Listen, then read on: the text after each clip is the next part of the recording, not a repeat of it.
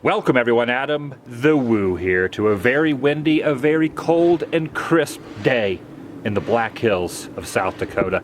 Keystone, to be exact. And I'm sitting next to a man who needs no introduction, the one and only Abraham Lincoln, which is a good segue for the content of today's vlog. Because today, my friends, you see, I will be witnessing, I will be experiencing and feasting my eyes upon Mount Rushmore. It's a bucket list item for sure in my life. Join me. Shall you? Before heading down the road just a bit to our destination, stopped off here at the Gutzon Borglum statue. He's the sculptor we have to thank for the carvings that we're about to see. Got his pickaxe in hand and standing tall, proud of his achievement. You might be familiar with more of his work if you've ever been to Atlanta to Stone Mountain. He did that as well. This statue also created by the man himself, the only self-sculpture he ever did. Him and his son, Lincoln, who took over the project after his father died in 1941. And next to Honest Abe, another piece of his handiwork, he has inscribed his signature next to the president's top hat. It's time. Oh yes. It's time. Just about there. Have to pass underneath this archway and all will be revealed. I feel like this might be the appropriate time to remove my glasses and see it with my own eyes. Grandview Terrace provides the grand reveal. Look at that. I don't know if it's cold weather or emotions. My eyes are a little watery. That is impressive. Most impressive. Just think of all the time and work, the patience that went into creating that. And now it stands for all to see. One of the most famous landmarks in all the U.S. You can see the chipped away rock at the bottom of the hill. Remnants from the dynamite that was left, and ultimately revealing the faces of these four gentlemen through painstaking effort. Just try to wrap your head around that for a second. This is in the side of a mountain. This isn't a painting. This isn't made out of clay. This is carved in the side of a mountain. Starting from left to right, we have George Washington, the first president of the United States, serving in office from 1789 to 1797,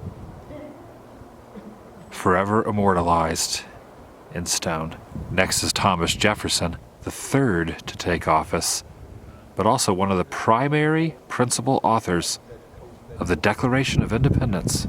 Theodore Roosevelt, the 26th president, his famous saying, "Speak softly, carry a big stick." Old Teddy up there. And next to him, the 16th Commander-in-Chief, Abraham Lincoln. He completes the four images that are placed on the side of this rock. Through the beauty of this zoom lens, I'm able to get this iconic shot, but I do want to walk down on my own, see if I can get a better view, personally. A paved trail has been constructed to help you get a little more up close and personal. It is cold today. You see there's snow on the ground. It is freezing temperatures. But this is worth it. Definitely worth it. Made my way up this wooden platform and have just about reached the end of the trail. But that's okay, because it doesn't get much better and close than this. Hello, Founding Fathers. Rubble behind me, years of blood, sweat, and tears to create the presidents looming over my head. Safe to say I'm I'm having an emotional moment. Add to the fact that I'm one of the few people on property and the only person in this section. It adds to the experience. There are times in my life that I have to step back and realize how blessed and grateful I am to be doing the things I am doing. When I was young, going to some of the places that I have visited as an adult, just in the last 5, 6, 7, 8 years, I never thought would be possible.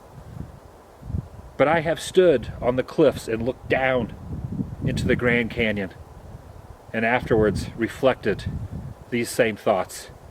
I have looked down as the water rushed over Niagara Falls, and at that point thought, wow, what a life I am living, seeing and doing the things I am doing. And I'm having that moment now, standing under these 4 gentlemen, Mount Rushmore.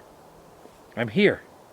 There are many other occasions and moments that I have felt these thoughts, but the feelings are real. And it's awesome. If you make your way a little further back down the trail, there's this cave, completely accessible, and it's not off limits. You are allowed to come in here. In fact, they have a little gate set up, and if you look up through the hole right there, George Washington. I see you. Didn't mean to get so heavy back there. Life is a funny thing. Moving on. Till next time, fellas. I'll see ya. See you around. However, can't leave without some souvenirs to document the occasion. Miniature version, perhaps? Or, ooh, an even miniature version. Some socks, perhaps? Could have used an extra pair of these on my feet today. It's a little chilly out there. I collect magnets and get them from different locations that I go to. This one looks good. You know what? Yeah.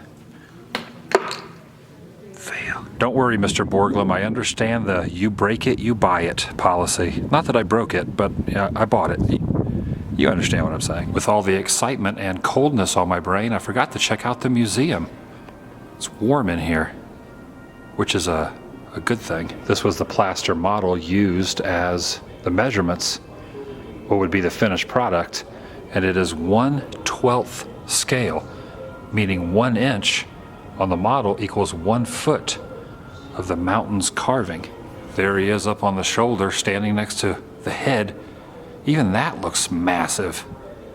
And this is just a percentage of what would be the things to come. On the 4th of July, 1930, the Washington image was revealed, and there was a flag placed up there for the dedication. And they still have it here behind this glass case. Display shows how the creation took place, starting with the scaffolding that they had to construct just to get all into the nooks and crannies of all the facial features to make the magic happen. Workers would climb 700 stairs to get to the top, and then later they made these wooden buckets that would hoist you up in the air. Screwing up on something of this size would be bad enough, but that size?